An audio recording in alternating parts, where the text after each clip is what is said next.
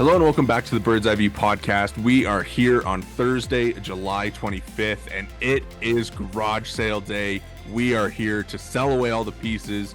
We're trading. It's a fire sale. I'm your host, Zach Worden, joined as always by Jori Negin-Shecter. And Jori, what do you got on your driveway to sell today? Kikuchis, get your kikuchis, hot and fresh. Lefty pitches, get your lefty pitches, get your catches. Lefty pitches, hitters and pitchers and bullpens, come and get them. It's time for, well, it's not a fire sale, I guess, technically speaking, because it doesn't sound like some significant pieces are going to be out the door. But yes, it seems like we are just days away from several Blue Jays finding new homes.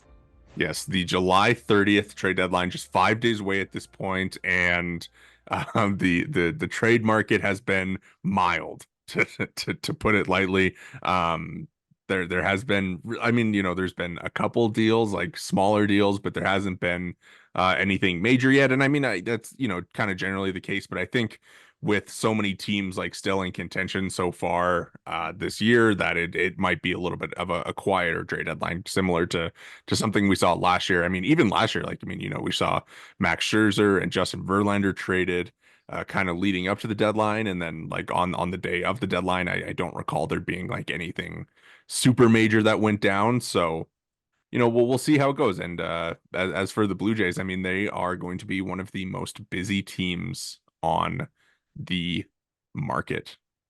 Yeah, they're positioned well to cash in, maybe not on anything particularly substantial, particularly huge, but a lot of expiring guys, and it kind of sounds like that is the plan based on everything we've heard from Ross Atkins and everything we've heard from insiders around baseball and even around the industry as a whole. It seems like it really is kind of a seller's market. I think the word was there's about 8 teams right now that consider themselves to be sellers. And outside of that, you've got, probably close to 24 teams within striking distance of a wild card. So it's hard to say exactly who is going to be moved at the deadline, because right now there's so few certainties as far as, major pieces that seem to be getting a lot of traction and likely to be moved.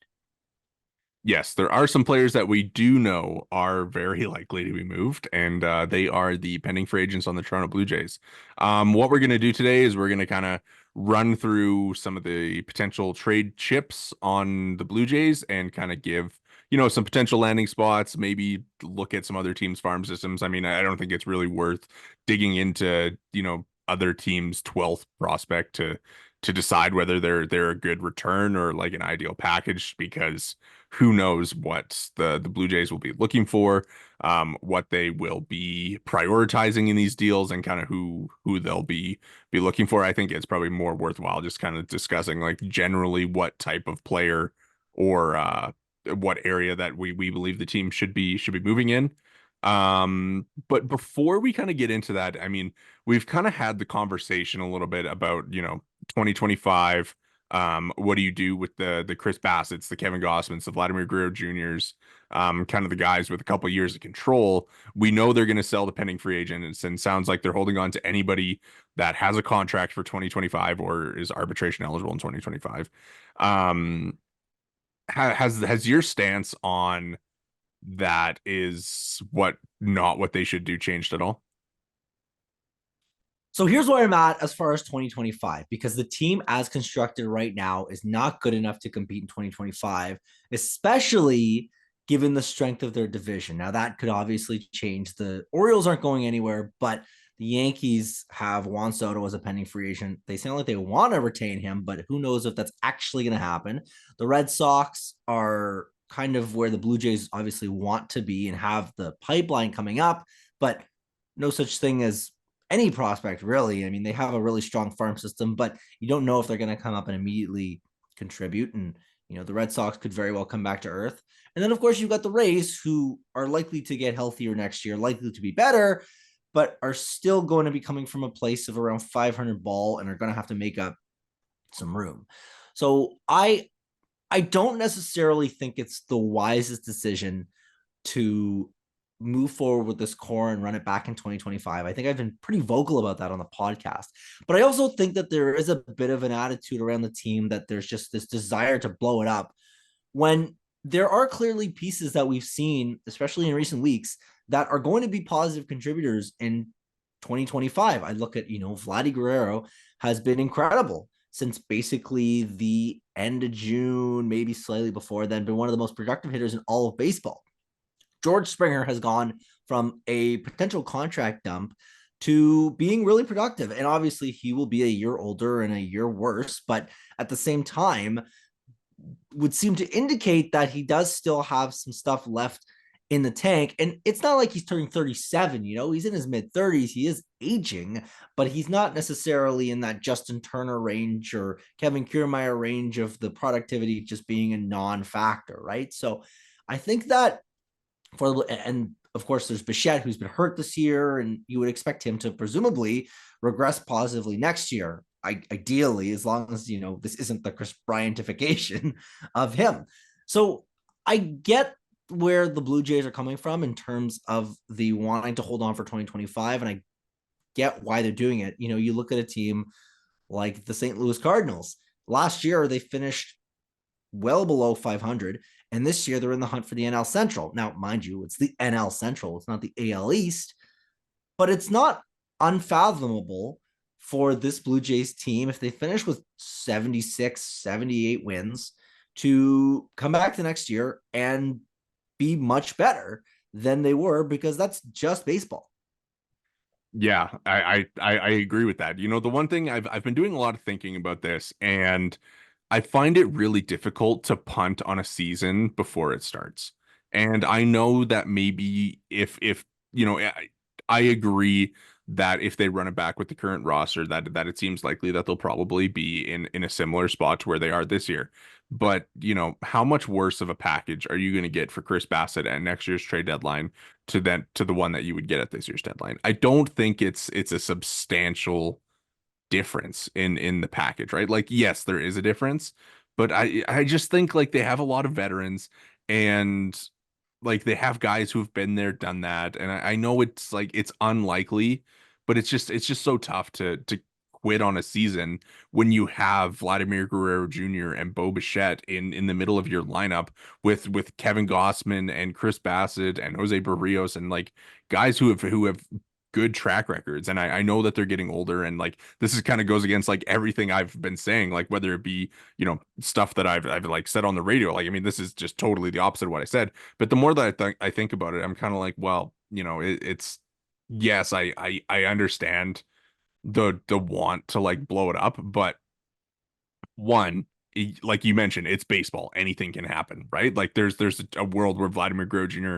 comes out and wins MVP, and Bo Bichette is an all-star again, and Kevin Gossman looks more like he did last year than this year, and Chris Bassett continues to be who he is, and they, make some good offseason moves and come back and push for a playoff spot. And like looking at, do you think that if this team blows it up, are they going to be turning into the Baltimore Orioles, or are they going to be turning into the Chicago White Sox? Yeah. Right? And the Like other thing, there's a possibility that you blow it up and then that's yeah, it for like the next 10 years. So why well, not that's like it, run right? it You because through you the have end? you have Vlad locked up for next year. The Yeah. That's the only, it's the Vlad and it's the Bo that are the big question marks for next year. And I also think, I think back a couple of years back, Carlos Correa with the Astros had that down year in, I want to say that it was 2020, might have been 2019, might have been 2021, and somewhere in that range. Came back the next year, ended up getting a huge payday in free agency because he returned to form. So not unfathomable that this is just Bo Bichette being hampered by injuries and presumably is better when healthy next year. The other thing too is I think that as far as trade returns go, right? Listen, you're not trading Bo Bichette at this point because he's hurt and likely done, if not for the year, at least for a substantial period of time. So if you're trading any of your core pieces, like it's Vlad. And to me, his value is going to be substantially lower next year just by the nature of having the 1 year of control, right? Like that's it. But if you're not concerned about trading Vlad, and if you want to extend him, then to me, there's very little difference in 1 year of Chris Bassett versus 2 years of Chris Bassett. There's very little difference in 2 years of Kevin Gausman versus 3 years of Kevin Gausman. There's very little difference in if they could deal him, George Springer, having him for 2 years or 3 years, right? At the end of those contracts, you're likely to not adore the player. They're likely to be not as impactful as maybe they currently are or have been. So to me, it's more about trading arbitration years because that's realistically some of a player's most productive years than it is about trading a guy's free agency years. Here's the other thing I'll say. And we talk a lot about the AL East, right? Like, oh, you have to sell because the AL East is going to be so good next year. Well, bad news. I think the AL East is probably going to be pretty good in 2028 as well. Like I don't sure Judge will be older, but I mean the Orioles guys will be more in their prime. The Red Sox, whatever. The Yankees are going to be spending money. The Rays like are looking at having a new stadium. Maybe they start spending money. Like I just think that looking at the division and being like, well, the division's going to be really good. I mean, the AL East is always really good. There's never been a year where the AL East wasn't good. And betting on, it trying to find a window, I think is just not going to be something that you can realistically do while you're in this division. Yeah. And do I dare even say the AL East? I mean, if you want to look like 3-4 years down the line, who knows if it exists because there's word of a 32nd team, right? A 31st and a 32nd team. Maybe the divisions realign. Maybe that's more of a 2030s thing, but still basing your plans on the division you're in, while understandable, probably not the way to go about things, especially don't forget they balance the schedule, right? The So the you're going to the get blue opportunities. the Blue Jays should sell every year because they're in the AL East. Yes, exactly. That's the train of thought, right? I mean, Uh, nonsensical. Kind of funny the heel turn that we just took there. Feel like Well, I we've mean, we've been, we've you been know, very pro sell, and I do believe that this is a team that's not good enough as it's currently constructed. But I do think that the way that Vlad has played over the last basically month has indicated to me that there's guys in this lineup that are yeah, capable, and you can build around Vlad. He's 25, yeah, so this is not a guy that is fading. I know that they talked about it before the season, and there was all this talk. Oh, Aaron Judge came in when he was 25, and it took him a long time to get acclimated. Like that's not true, but the superstars do not fall off at 28. Generally speaking, Vlad will be productive. Presumably, you can pretty safely say that for 5 to 7 years, probably before he declines. Likely. Now, no one can predict the future, right? But if you have a guy that you probably have another half a decade of productive baseball out of, then to me, I don't see any reason to move off of him or this core really. yeah. I think it's funny because in sports it's like all about championships, and like rings culture has kind of ruined given us all brain rot basically. But like I think sometimes like it is okay to ride out a window, right? Like it's okay to maybe give it a shot in 2025 even if it's unlikely that it's going to result in a championship, I right? just think that there's not enough of a gap between the 2024 haul and the 2025 haul. I mean, listen, we might listen back to this podcast in a year's time when we're doing our 2025 deadline preview and we're going, oh, they could have traded Vladdy last year. They would have got so much for him. They would have pillaged the Mariners farm system. But I just don't see that being the case. I just don't see that being something that's going to happen. Yeah, it's going to be yeah, I mean, who knows? Like hindsight will always be 2020, and maybe it is the best move to blow it up now when you can get like some more long-term pieces. But again, like I mean, they got their long-term pieces in place right now, and they might not have those long-term pieces in 2026. So why not at least give it the old college try for one more Exactly. year. And it's not like this is a stagnant team. There will be changes in the offseason. Listen, the farm system is what it is. The news has not been particularly positive out of there on various fronts. So that's something that the Blue Jays are going to have to really hope Um, corrects itself. But I know this is like our trade deadline preview, but Baseball America released their like post draft update, and Aurelvis Martinez down to number 83 and Ricky Tiedemann down to number 85, and those are the only Blue Jays in the top 100.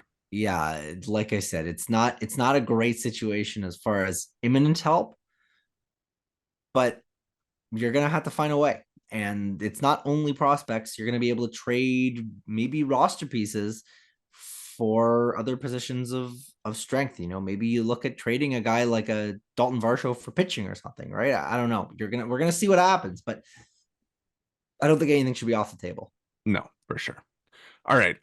Let's get into some of the individual players here that the Blue Jays are looking at trading and kind of think where we believe they might be headed because there are a number of teams that are going to need some of these dudes. And let's start with Yusei because I think he is the Blue Jay with the most value. Not sure if you would agree. It could be Jimmy Garcia. I think, flip a coin between the two of them. Yusei has been very good this season, has like not top of the rotation, a top of the rotation track record, I would say. Like he's probably like a number three. Like, would you trust Yusei Kikuchi to start a wild card game for you right now? Probably not a wild card game, but I'd be very comfortable with him in any other playoff game, pretty much. Yeah, yeah. I think it'd be he'd be a guy that you can definitely give the ball to in the playoffs, and he can give you even if it's like a five and dive, like he'll be good enough, especially if you have a team that struggles against lefties. It would be an interesting fit. So, I mean, I listed all the teams. Everybody needs starting pitching, right? But kind of looking at this list that we have here of like some of the potential teams that need starters. I mean, the ones that sent out to me as potential fits for you say specifically, I think the Orioles, I think the Guardians, I think the Cardinals, the Twins and then like the Dodgers maybe are kind of the ones that stand out to me as like potential actual fits. Yeah, and I think every team you've listed there is among the teams with the strongest farm systems.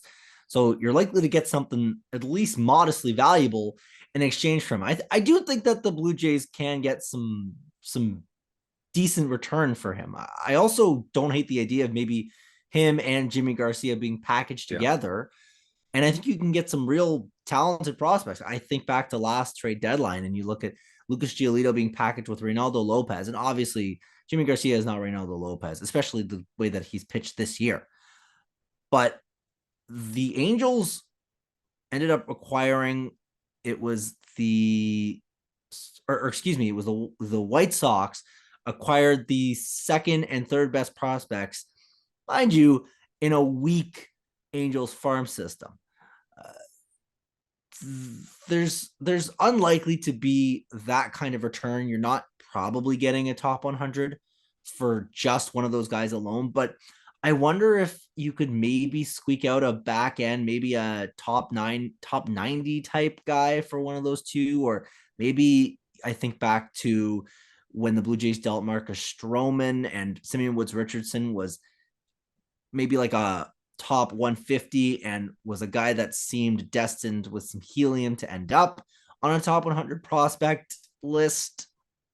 I I think that both of those guys individually have value. I wonder if dealing them together to a team like the Dodgers or like the Orioles in particular could really net you something compelling. Yeah, I actually think that's a really good point. The trading Yusei and Jimmy together.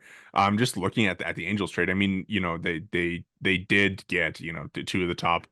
The White Sox got two of the Angels' top prospects, but I mean, even the catcher, Guerrero, or however you pronounce that, was the 65th best prospect in baseball. Like he was ranked 65 by MLB Pipeline. So, I mean, I would certainly be willing to shoot for some higher talent by packaging those two together. And I think that would be a really intriguing way to go. And I mean, you kind of look at teams that cross over as like needing both starting and relieving pitching and or starters and relievers. And I mean, you kind of look at like the Yankees, the Mets, the Orioles, the Twins, in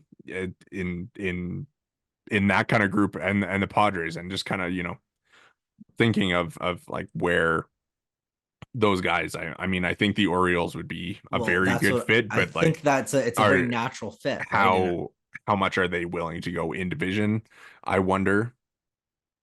see, I've never agreed with this because to me, the risk is just the same for the Blue Jays about trading in division. If it's not like the Orioles are the only team making the in division trade. What if Kikuchi ends up on the Orioles, finds something with one of his pitches, and it develops into a really great pitch for him, or he adds a pitch or something like that, and the Orioles end up bringing him back, and because he got traded to the Orioles, he's now another level better type of thing. It's a hypothetical, but it's the same hypothetical as trading a prospect to the Blue Jays, and this prospect suddenly becoming a elite middle of the order bat, right? So I don't necessarily agree with basically shutting out a divisional opponent when, if it's going to help your market, if it's going to make these assets more valuable, then there's no reason not to do anything with Yeah, these teams. I generally agree. Like, I mean, if the Ori like if the Orioles were trading Jackson Holiday, like I don't think that they would be trading him in division. Kind of stuff like that. Like, I think if you're giving away like really top tier talent that could have like a long-term impact, like it's probably better to not trade those guys in division. But again, like if the Orioles were trading Jackson Holiday for like Aaron Judge with the Yankees eating that money, like, I mean, you probably go ahead and do that, right? But Exactly, right. So I wouldn't say no to, I wouldn't say never. And I do think that that's something that makes a lot of sense. I do think that packaging the two of them together is likely to get you maybe one stronger piece, as opposed to maybe sprinkling it and you end up with maybe two guys that are more top 300 prospect types, right? so yeah, so I mean, for those that haven't read it, I wrote a piece at Just Baseball previewing some of the potential Guardians moves or ways that the Guardians could go if they want to go all in. And one of those was a Yusei Kikuchi trade where they dealt George Valera and Alex Mooney. What would you think of a package like that? I mean, I'll preview. Like, I mean, that's like two top 15-ish guys. Kind of used like the Jordan Montgomery trade from last year as inspiration for that one. Um, yeah, I mean, like George Valera was a top 100 prospect, has kind of fallen off a little bit, doesn't necessarily have room on the Guardians roster, so seems like a guy that they'd be willing to move. And then Alex Mooney, like a big helium guy this year who was drafted last year. Yeah, like the both of those guys are likable prospects. I do wonder if, and I know that we discussed this in the group chat. There was a Guardians Jays call it blockbuster, uh where the idea was, it was one of like a Tristan McKenzie or like a Logan Mm, Allen. And I know that both of those guys are having down years, but both are way more valuable than either a Kikuchi or a Garcia. But I do wonder, is there any universe that the Jays could swing something for maybe a guy like that because they're more major league ready? yeah, I think it'd be interesting. Like the Guardians do have quite a bit of like starting pitching depth, kind of with, the Gavin Williams, the Tristan McKenzie, Logan Allen, even if the guys aren't in the majors. Like, I mean, I know that they've struggled. So I wonder if they'd be maybe willing to move like one of those guys. I don't think That that well, they'd be that's what will. I wonder. Yeah, I don't think that they'd be willing to move both because, like they have like a rotation in place for the future, and they have like an insane pitching lab there. So it wouldn't surprise me if they feel good about like developing some of their prospects. They just had like a super pitcher heavy draft. So like maybe that helps them being willing to move like a Tristan McKenzie, but I think that would be like a definitely an interesting target for the Jays for sure. I like would that be, I don't know if you're getting Tristan McKenzie for Yusei Kikuchi. Like it's probably you would have to do both and then maybe something else. Like I don't like it. It'd be a really interesting to kind of see how that package would play out. Yeah, and I think that's definitely something that the Jays could try to swing. I don't know the feasibility of it. Again, like we're getting into the weeds as far as names here, and it's hard to say specifically who the Blue Jays are going to end up acquiring. But I do think at the end of the day, there's pretty clearly a couple of teams here. The two that we've really mentioned, the Orioles and the Guardians, and there's others. But those two in particular are particularly enticing to me. Okay, I have I've had a brain baby that I've been sitting on for a while because I wanted to get your thoughts on this. But let's say we're in a world where the Blue Jays are convinced that they are going to compete in 2025, and there are teams selling at this deadline with pieces who could be 2025 contributors. And I don't want to use the term buyer, but one name or one team that I've thought of is like if the San Francisco Giants decide that they are, I mean, they're in a very similar spot to the Blue Jays, but like let's say the Giants are they're gonna sell and somebody like Camilo Doval becomes available. Would you be interested in the Blue Jays like swinging a deal like as they're selling off pieces to maybe bring in somebody that could be a 2025 contributor like a Camilo Doval if he were to become available? He's been having a bad year. Yeah, it's kind of like, head says one thing, heart says another, right? I think that You hear the adding name Camilo Doval and you're like, well, you whoa, that add would you be pretty add good. sweet. Listen, the idea is sound in principle, right? Like if you want to win in 2025, then there's no reason not to act in the best interests of 2025. And that doesn't only mean adding prospects, like adding Camilo Doval does the same thing functionally as adding Tristan McKenzie, as adding Logan Allen, right? It's getting a guy But you that would you have to think is give going up to, like yeah, legitimate you're pieces. giving up substantially more in the way of assets. I don't know if the Jays have the bullets, but I mean, that's the type of guy that I think is completely reasonable to make a swing for. I don't think it's necessarily something that they will do, but if you're acting under the assumption that 2025 is a competing window year, then there's no reason to wait until the off season to make moves that are going to help you in 2025. I mean, I'll say this, like if they are competing in 2025, like you could do some of that work right now. I don't see why you can't. Looking at the bullpen that they would have next year. I mean, like right now it's Jordan Romano, Chad Green, Yenesis Cabrera, Nate Pearson, Eric Swanson, Brendan Little, Ryan Burr, and like, yeah, some of those guys are fun stories, but they're also all relievers. And like, who do you really trust out of that group in next season? Yeah, maybe Jordan Romano if he's healthy, but hard to say, especially given this year that he's had next to zero success and then has proceeded to have his elbow basically fail on him. I'm I mean, like you said, they're all relievers. Who knows who's going to be any good next year? Yeah. All right, let's keep moving on through some of the guys that the Jays are going to move. I think the Kikuchi package, like you're looking for um, a top a top 10 prospect in somebody else's system if you can get it plus like another interesting piece or like maybe like one top 100 prospect if you can swing that. Jimmy Garcia, interesting name. Like he's looked good coming off the IL. I think he almost touched 100 yesterday, so like obviously throwing hard, looking good. I mean, we kind of touched on some of the teams interested in relievers, but like, I mean, do you think that it's just the Jordan Hicks trade, but going outward, that's kind of what the Blue Jays need to make there? I was thinking that, like, is that an unreasonable expectation? I know Jordan Hicks has maybe slightly more in terms of upside, or maybe has slightly more in terms of just track record. So, But Jimmy's been great this year. so I think I'm higher on Jimmy Garcia this year than I was on Jordan Hicks last year. But is that going to be the case around baseball? Yeah, I don't know. That's a good question. I mean, I remember like when we were doing the Jordan Hicks reaction pod last year, and I think like you and Jake were really hyped in. I was kind of like, like whatever, right? But yeah, no, Jimmy Garcia, like I think he's a really, really, really good piece that can go somewhere and be like your Andrew Miller in this year's playoffs, basically. I think that's how good that he has been and how good that he is. So I honestly like I think the Jordan Hicks trade is a nice like framework for what you're kind of looking for like maybe two guys that are like close to the majors with a little bit of upside. But I do wonder like how high that they are aiming for that. Yeah, I would like that to be the return. I think I'd be comfortable with that being the return.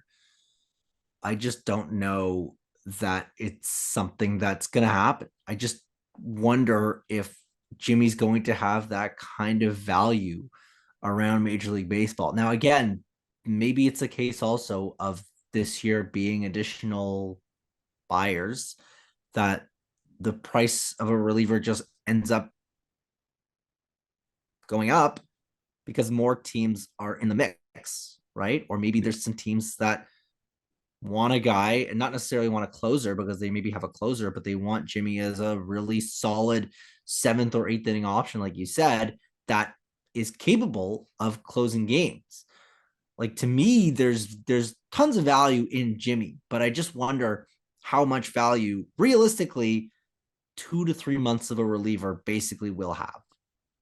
Yeah, it'll be like I think that the Jordan Hicks trade is really just gonna kind of be like the thing that you look at as like two upper level players who can have an impact soon, or like kind of same thing, like maybe you sacrifice some of the quantity for the quality and you try and shoot for like a younger guy who has a ton of potential kind of thing. Like, Yeah, but yeah, and again, it seems unlikely to me that the Blue Jays are going to go in that but direction. that's why I'm saying I wonder if packaging him in Yusei Kikuchi is something that makes Yeah, some sense. I totally agree. I think that would um be smart for the Blue Jays to do in terms of like kind of maximizing the talent level that you can get in return. I think here's what I think. If you package them, you get a higher level prospect.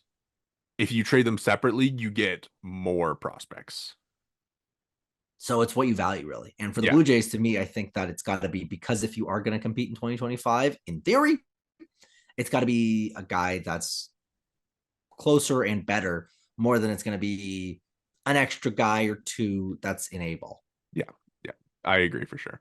Another reliever the Jays are likely to trade. I mean, Trevor Richards, like he's a guy to me that's like a last minute like teams need a guy, like need a reliever, need to add somebody to the bullpen. And he was really, really, really good at the beginning of the year and obviously has struggled recently. Um for him, like I mean, again, like that trade is like you're getting a lottery ticket for him. Yeah. Well, I'd like to maybe let's talk him and Chad Green because how different I think are those two in trade value? I think the conversation is a little bit different because obviously Chad Green has the great ERA but not the great peripherals, and Trevor Richards is kind of the opposite. But like I mean, obviously the peripherals haven't kind of kept up with where they were early. But I think the Chad Green thing is super interesting because I think that's a trade worth making for the Blue Jays Well, I even though just he want has next, even though we've been saying like 2025 yeah. whatever, but I think because he's making 10.5 million, like trade him, take that money and use it on other relievers next year, right? Like use that on Yeah. two relievers instead of just Chad Green, who, yes, he has a 1.8 ERA, but he also has a 4.66 FIP, a 4.58 xFIP, 4.34 xERA, right? So to me, as him being like an older guy coming off Tommy John, like capitalize on that value now while you can, and then take that, even if you have to eat the money this year, then you save the money next year, and then you use that on a couple of relievers instead of just Chad Green. No, exactly that, right? And I know, like we have basically said, is that he has that extra year of control based on his contract, so he's not likely to necessarily get traded. But I do think that there's been enough in terms of whispers, enough in terms of connecting the dots here that Yeah. he's a guy, maybe him, is another guy is IKF, and we'll get into kind of the guys that maybe have some question marks in a sec here. But I do think that trading Chad Green is a reasonable thing to not necessarily expect, but maybe to do, right? Again, it's that kind of same story of it's a reliever, and who knows how productive he'll be next year. Yeah, yeah, super, super interesting there because like that's we talk about like holding on to guys, but like he's a guy where it's like Yeah, like I think it actually makes sense to kind of make that move. And I mean, we talked before we hit record that there haven't been like, there's always the Phillies are interested in Jack Flaherty and blah blah blah is interested in whoever. And there hasn't been a ton of that with like the specific Blue Jays guys, but I mean, one of those reports has been that the Yankees aren't interested in Chad Green. So, you know, like I think that's I don't know necessarily what a Chad Green trade would look like. I think if you're the Blue Jays, like you would have to maybe eat some money to get something substantial there because teams aren't just going to look at ERA and be like, "Ooh, 1.8 ERA, well, I'm going to give up the farm for Chad Green," right? Like I think the Yankees are a little bit smarter than that as an organization, and I think that would be an interesting move that they could make for sure. Yeah, and we'll see what happens. And then as far as the Trevor Richards, how that relates to that, I think you're probably looking at a similar return, right? I think you're probably looking at a guy that's maybe a back end top 30 guy. It is really kind of a lottery ticket. Now, it could be a case of maybe I was listening to the radio yesterday and I heard someone mention Steve Pierce for Santiago Espinal, right? And that's maybe a best case scenario. But, it's not impossible that that lottery ticket cashes in as a major league player. Santiago Espinal heating up recently. Do you know that? Did not know that. Have not been up on the Santiago Espinal lore. He's actually very close to a career high in home runs. Wow, look at Good this for him. kid. I know. Good for him. Anyways, back, yeah, no, definitely like a lottery ticket type. I think I wrote on our Substack before the year began. I think I proposed a Trevor Richards trade, and it was for like some Diamondbacks. Like when I wrote that piece, I think I wrote in there because I did the two trades, and I was like, let's play the game of I like that prospect, and that's basically what front offices do at this time of year. And it's like, well, I like your number 27 prospect, and the Diamondbacks will be like, well, I like him too, and then the Blue Jays will be like, fine, I like your number 29 prospect, and the Diamondbacks, like, okay, whatever, right? So it Yeah. kind of stuff like that, but. Needless to say, you're probably not going to get a great return for Trevor Richards, but I would be very surprised if he was a Blue Jay by the time the calendar flipped to August. Yeah, that's one where, it like he's been really good and I think he's a good pitcher and I think that just kind of like we've seen it before where his second halves like get he gets tired or whatever just because of like the way that they use him and I wonder if he gets a little reset if he can be an effective. I don't think he's closing out game 5 of the World Series for a team, but I think he's like you can throw him in there in the 6th inning against 6, 7, 8 and feel pretty good about what you're going to get. I would generally agree with that. Now, with that said, don't forget Daniel Hudson, former Blue Jay, turns into a World Series closer in 2019. But I would be very surprised if Trevor Richards followed that same path. If he goes, if they trade Trevor Richards to the Padres and he helps them like make it to the NLCS, Yeah. And that'd be then I quite proceed to something. turn off my PlayStation. Nice, nice. I like that. Okay, let's keep moving on here. Let's do the IKF thing since you mentioned him along with Chad Green. I think again, similar case there where he's, the 7.5 million isn't he would probably get that if he hit the free agent market right now because of how good that he's been. There's been like whispers that the Blue Jays are willing to trade him. Obviously, he's hurt right now, but like he has been so good this year and is kind of a good utility guy who can fit across the field. I mean, what do you make of any potential IKF deal?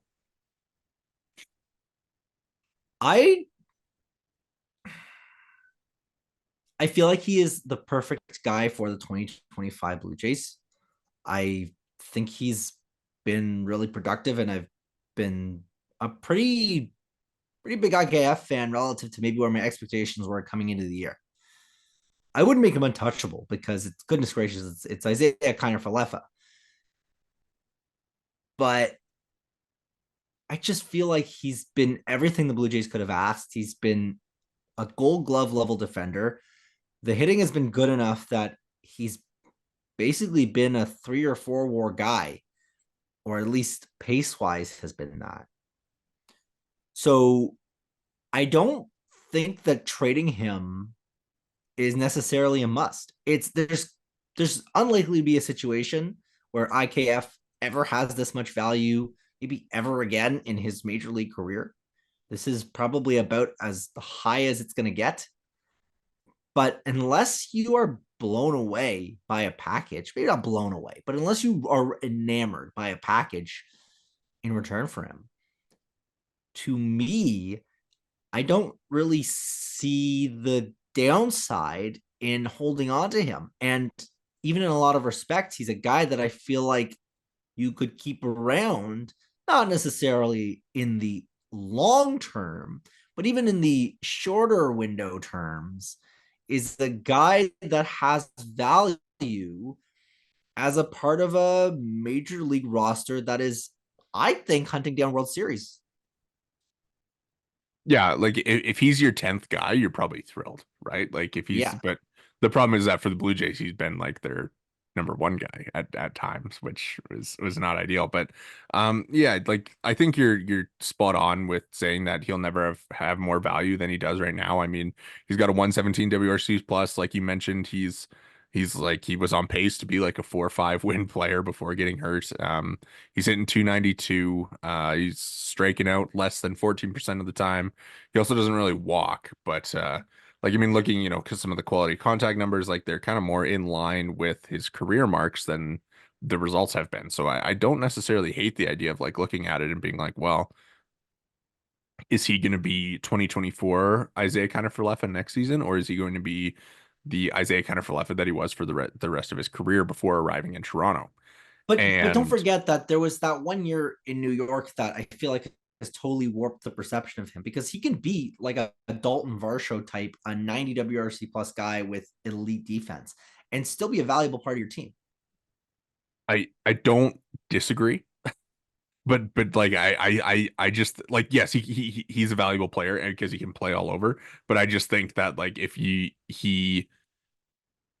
like he a 90 WRC plus guy like can only go so far as like having value as like a guy, and you can't, because if he's a 90 WRC plus guy you can't lock him in at third base full time, right? Like Yeah. it's just a spot that you need a little bit more offense from. And I just think like looking at some of the quality contact stuff, like he's definitely a different hitter this year. Um, and I think he's more likely to be like a 100 WRC plus guy going forward. But I just think that like if teams are valuing him as a 120 WRC plus guy, then yeah, make that trade. Yeah. Yeah, that's probably a reasonable take. Another infielder, Justin Turner. I think we are kind of into the group of Blue Jays where you are trading them to do them a favor, and it doesn't really matter what you get back because it's not going to be all that much. Yeah, I think that Justin Turner is a guy he's actually had a bit of a productive stretch here over the last Yeah. couple of days. Has picked up some knocks for the Jays. Like, listen, veteran guy, and it sounds like will be a guy that if he ends up in a clubhouse will be a vibes coordinator type, will be a veteran presence type. He's made it to the World Series, he's won the World Series. There will be teams that have interest in him. Like, So so yeah, let me give you a little story here. yeah, yeah. So when I was at the in the press box, Red Sox Blue Jays, and I was talking to a Red Sox reporter, and we were just kind of like chatting a little bit of trade deadline. And he says to me, "Do you think the Jays would be willing to trade Turner to the Red Sox?" And I was like so taken aback because this was like in the middle of his like really terrible stretch, and I was like, "What? Like, would they be willing to?" Like, yeah, Of probably. I course. mean, he hasn't been good. Like, yeah, they'd probably be willing to trade him. So, um, I think that kind of speaks to like the impact that he had in Boston, right? And just the veteran impact that he had there, and maybe what teams would value from him. So I think looking at there might be some teams that are like, yeah, like let's get this guy, bring him in to be a veteran guy that we can bring off our bench as like maybe I don't know if you would want him as like a lefty specialist off your bench. Like he has a 135 WRC plus against lefties, so I think that's fairly reasonable. Like he's probably not the guy that you're bringing in against a lefty when you need like a home run. But like say you got runners second and third, one out, and a lefty on the mound, like, hey, why not? Sure, right? Like he's going to be a 25th or 26th man on a roster, but he's good enough, I think, in how he's been this year. Obviously, the first month is inflating the stats to a degree, but he's been good enough this year that I don't have any issue with, having him on my team as the 25th guy. Yeah. Yeah. That's again, it's a lottery ticket trade. That's a down the farm system type. But I mean, just kind of thinking of like him and Kiermaier, I think we probably could have bunched them together here. But like, because I would assume that while Kevin Kiermaier is not planning on playing in 2025, I would fathom that Justin Turner is also not going to be playing in 2025. I would say that's probably not the most unreasonable expectation. If he can find a home at 40 years old, then, good for him. But those two are probably both headed in similar directions. I mean, Kiermaier made it, so to speak, official yesterday. And I wouldn't be surprised if Justin Turner maybe followed suit. Do you think that the Kiermaier thing, like, I mean, obviously he is going to be traded. Do you think that it affects his trade market at all? Yes, but maybe marginally. I think there might have been teams out there that looked at him and were kind of like, maybe he's a fourth outfielder for us next year too. But he only is on a 1 year deal, right? Like another team would have had to trade for him, would have had to basically pitch him on playing next year, and then would have had to bring him back. And he's having the worst year of his career, basically. He's got OPS in the 500s. Like, this is not a guy that was going to be at the top of anybody's list to bring in. Maybe he makes it as a spring training invite type of thing. But this guy was going to be kicking around probably on a minor league deal if he ended up anywhere.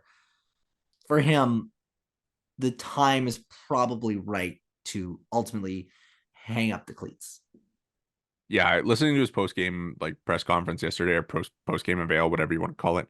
Like he kept on pointing to the turf and just how his body feels. So I like, I mean, I it's funny because when they first signed him, you're kind of like, whatever. But like, I think he's been kind of nice to have in Toronto. And I mean, well, I'm sure we'll have like a post deadline wrap up where we give these guys their flowers for their time in Toronto. But I think he's been a fun watch while he's been a Blue Jay. Agreed wholeheartedly. He's been, I think back to that first game, that catch he made right at the center field wall. It was the introduction to the new outfield wall, and it was the introduction to the new center fielder, and it was kind of like, wow, this is fun. Yeah. Yeah, he'll be a Dodger. That's my take. Is that they'll I trade him to the think I Dodgers? think that's not the most astonishing scenario. Yes. Okay. Last pending free agent here, and I think the Blue Jays' most interesting trade case is Danny Jansen. Is He Danny Jansen valuable? Is he a guy that teams are going to want? I don't know because well, I assume that teams will want him, but like the thing with trading catchers is like it's so tough to do in season because they have to familiarize themselves with pitching staffs and the way that if Danny Jansen was hitting the way that he was when he first came off the injured list, you could kind of maybe look past that a little bit and be like, well, yeah, we can at least DH him.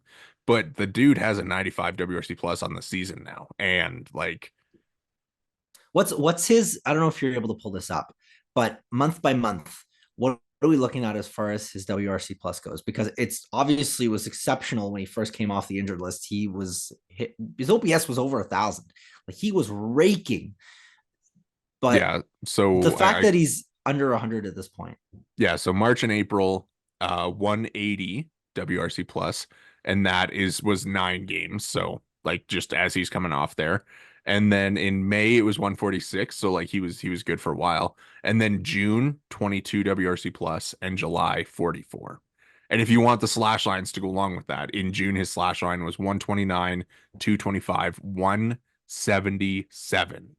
And in July his slash line has been 138, 242, 241. That is a sub 500 OPS in back-to-back months. It's bad. It's bad, bad, It's bad, like bad, bad. literally the worst time that could happen for him. Like, I mean, and it's funny because we were talking about like the extension and he'd be worth like a Wilson Contreras contract. Well, I don't think he's worth that anymore.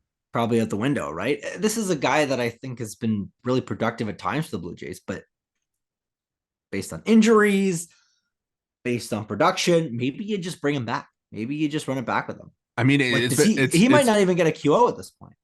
no, would you give him one? I don't know. I don't know if I would. Because he would accept that in a That's heartbeat. what I'm thinking is Yeah. that like it's a 1 year, $21-ish million deal. He's absolutely accepting that because how much more is he getting than that in free agency spread over multiple years?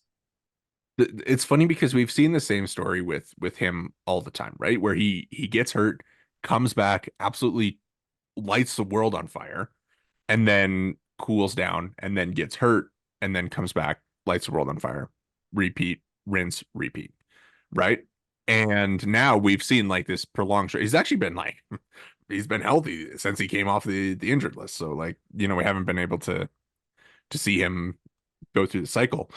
But I mean, it's funny because you look at his 2022 where he has the 141 WRC plus, and last year he has the 116. But outside of those 2 years, like he's been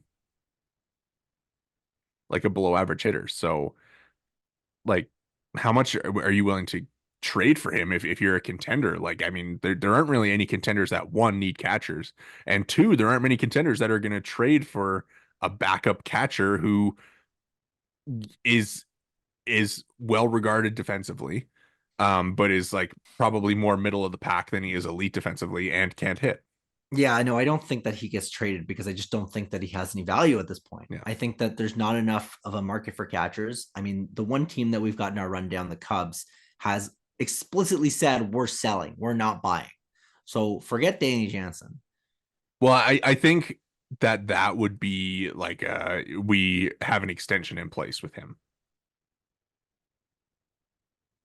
It would have to be, right? But I'm like, just curious and to see.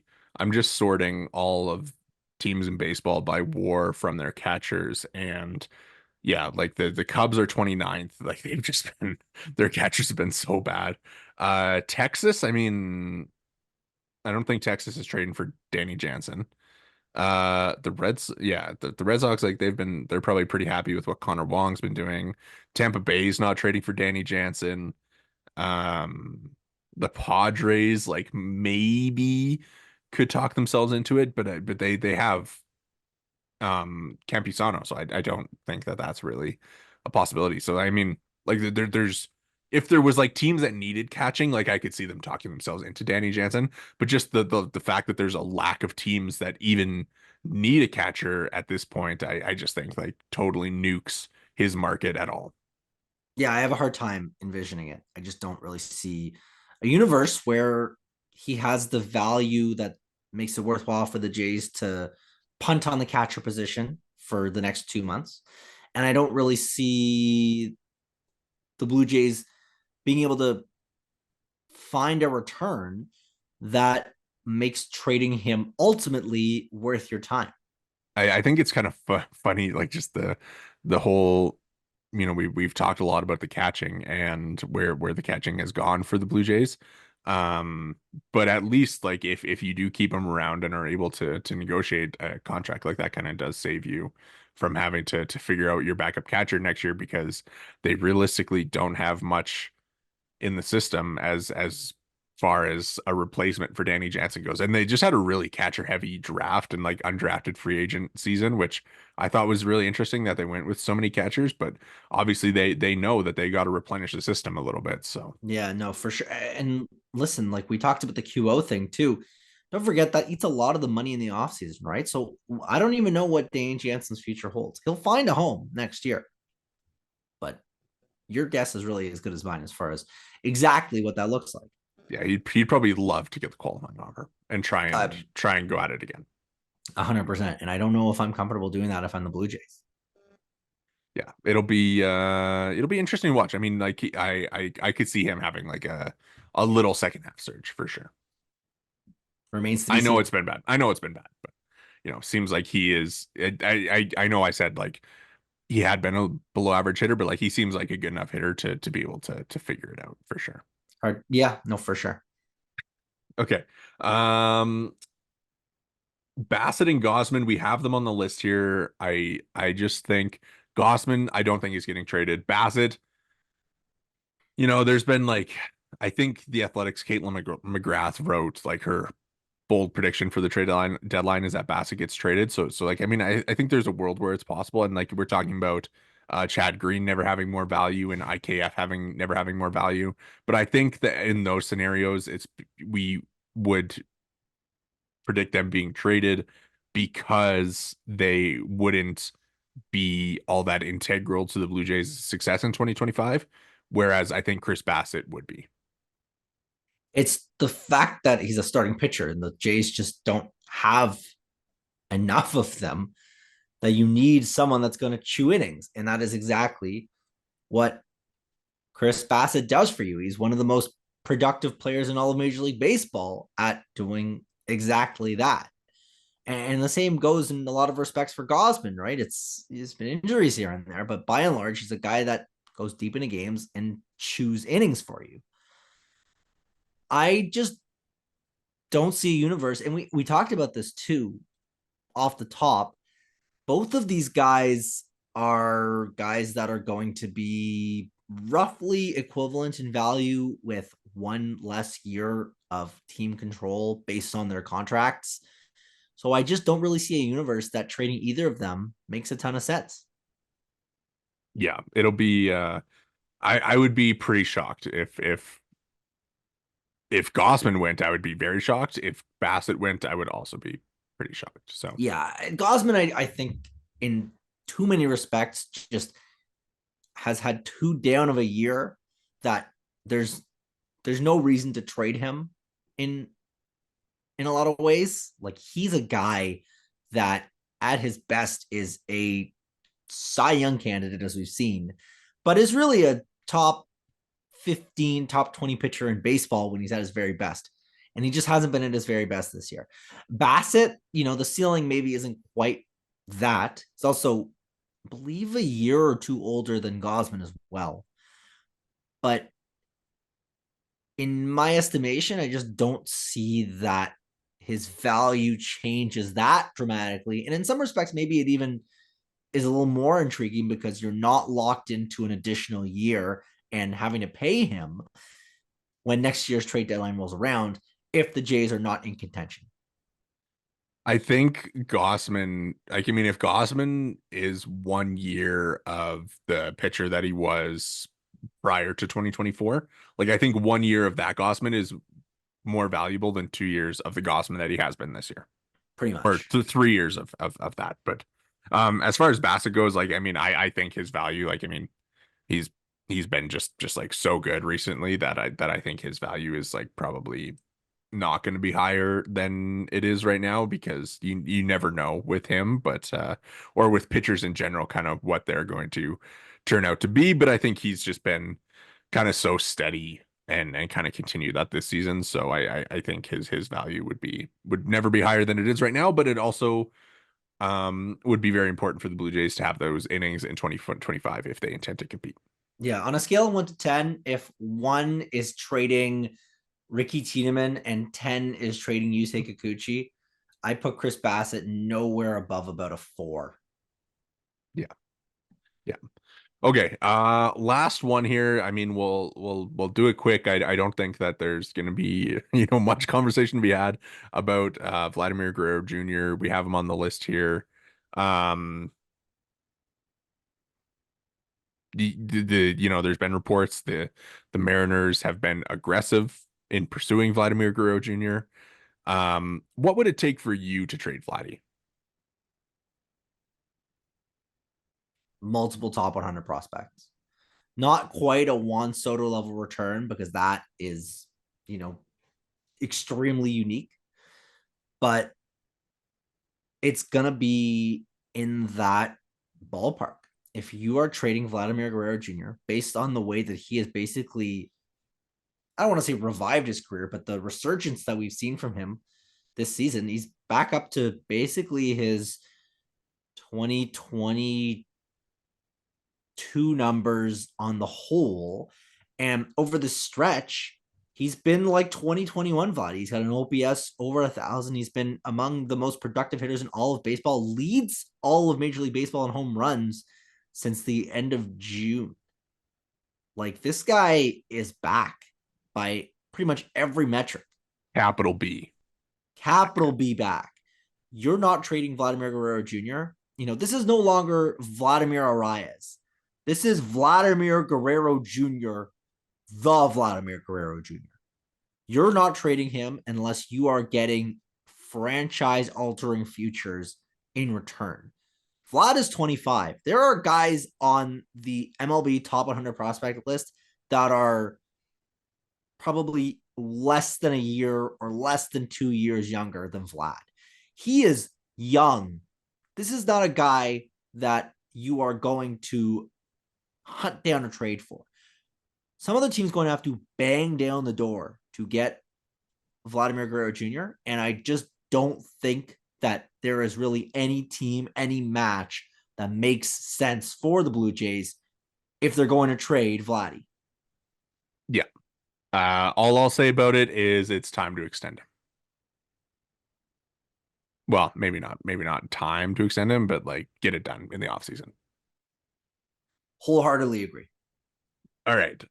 Before we go here, I did not prep you on this, but I'm gonna get us to make some predictions on where these players are going to land. I'm not gonna make you do any trades, just a location. So let's start from the top, and I'll give mine first. You say Kikuchi. I'm gonna say he's gonna be a Cleveland Guardian. All right. I figured that was probably what was coming.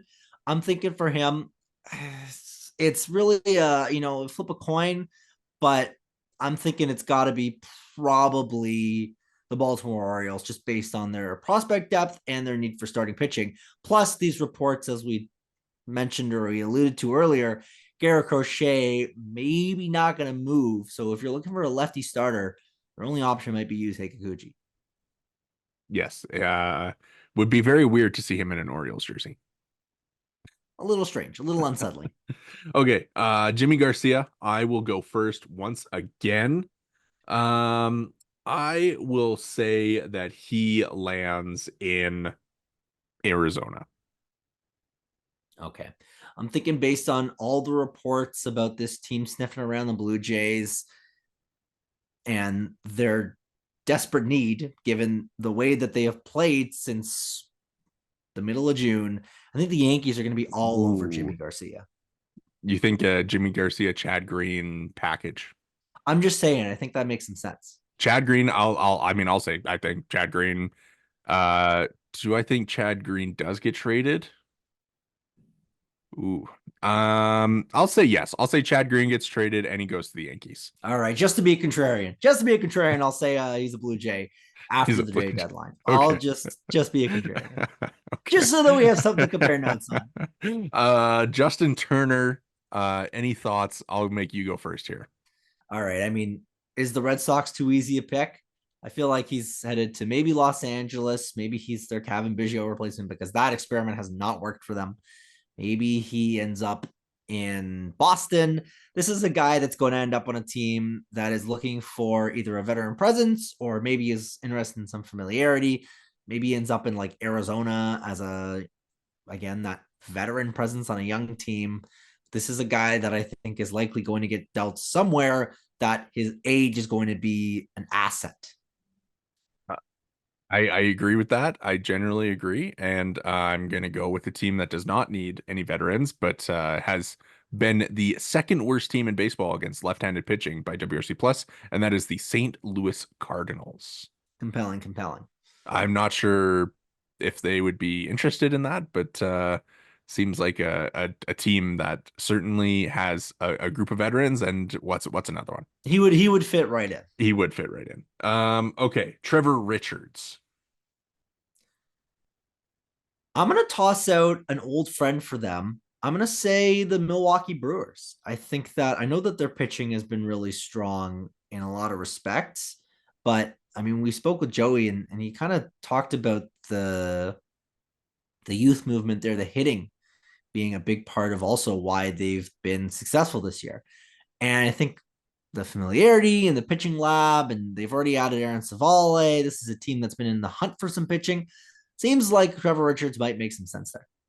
All right, I'm going Trevor Richards. The Arizona Diamondbacks are doing a one-stop shop in Toronto and getting Jimmy Garcia and Trevor Richards in one trade. Okay. Kevin Kiermaier. I think, I already said he's going to be a Dodger because they have the second worst center field defense in baseball by defensive runs saved. Yeah, that seems like a pretty safe bet. Just to have a different answer than you, I'm not going to pretend to have all 30 team center fielders memorized, but I think he's a fourth outfielder on any contending team. I think take your pick of whichever division leader that you want and plop him in as their fourth outfielder. They're not necessarily right now, but maybe you're looking at I don't know. They're not a division leader, but maybe you're looking at the Royals. Yeah, I could see that for sure. Would be interesting for Kevin Kiermaier to go to Kansas City. Like they got the big outfield. Like they Big could outfield. definitely use them for sure. Okay.